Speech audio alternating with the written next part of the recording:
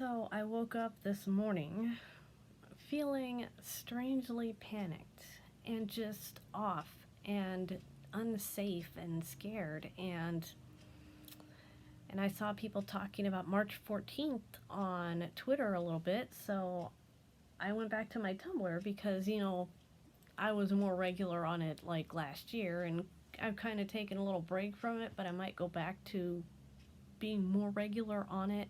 But anyway, I went back to my March 14th post on my Tumblr and I realized it was the anniversary of when the world locked down for the COVID-19 coronavirus pandemic. They were calling it coronavirus back then because they didn't really have a name for it, but then COVID-19 started kind of edging in.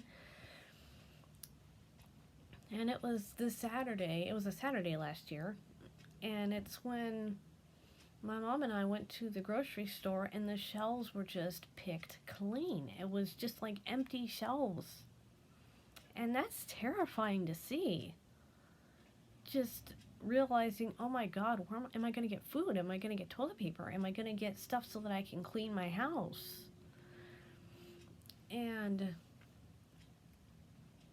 I remember there were so many people there in the panic. And of course, being an autistic person, I went into immediate sensory overload because I knew the rules to stay 6 feet apart, but people were just packing together and squeezing past each other, and I was terrified. And I was like, oh my God, I'm going to get this and die, and I'm going to kill everybody in my household too. And so, there was fear on top of everything, and I was absorbing the emotions of everything around me.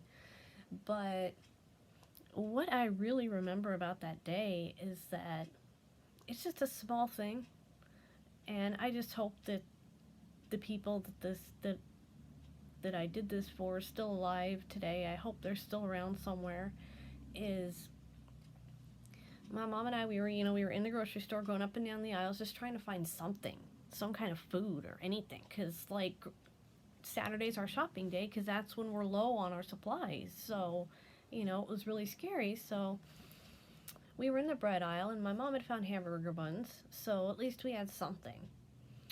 But I saw a couple of kids going back and forth up and down the aisle, and they were carrying a basket. We had a cart, they had a basket, and it had nothing in it. It was completely empty.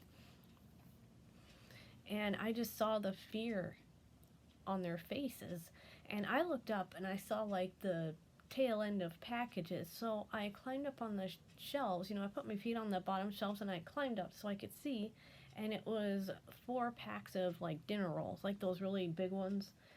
So I took them down, and my mom had gone ahead of me, so she didn't see me do this. I took those dinner rolls down and I handed them to the kids, and I'm like, take these, you need to eat. And so the kids, they took the rolls and they just scrambled. I remember their footsteps just scrambling up the aisle, and their shoes were squeaking, and that hurt my ears. But seeing their faces go from to was just,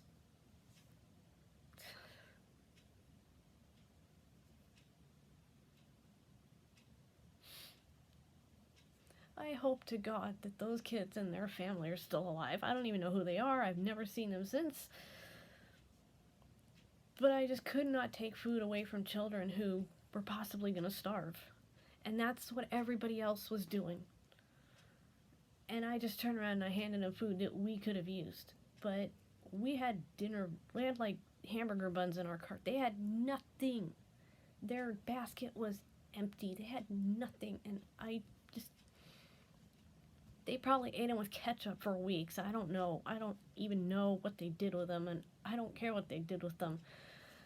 But just the idea of people taking food from children just upsets me so much more than being afraid of the COVID virus at that time. And when I read back on it, I remembered it all just exactly as if it had happened yesterday.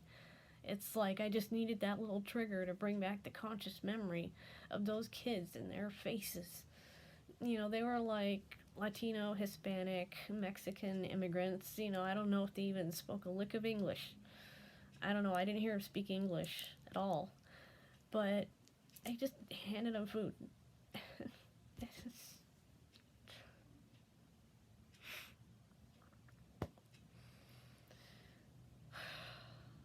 this has been a hard year, and there are so many people who are not with us anymore because our government and our leaders have just been so careless about this whole thing. And I just hope that those kids that I gave food to, that maybe their generation will do better. Because we sure flopped. We can do better, and we need to do better, because now we know better. And when you know better, you need to do better. But 1 year of lockdown, and I don't mean lockdown from Transformers Animated either. No muscle cars here. There's just people in their houses. And my parents are going to get their second vaccine on Tuesday. I'm not eligible yet, but as soon as I am, I'm going to be going for it. So I have to stay safe, but everybody out there, please stay safe. Please get your vaccines. Please remember to social distance, wash your hands, wear your masks. Just be careful. And don't take all the food. Don't take all the toilet paper. Okay? Because that was terrifying, and I don't ever want to see something like that again. I don't want anybody to have to see something like that again. And unfortunately, I can't prevent it, but all I can say is just be mindful. 1 year of COVID. 1 year of COVID. It's terrifying.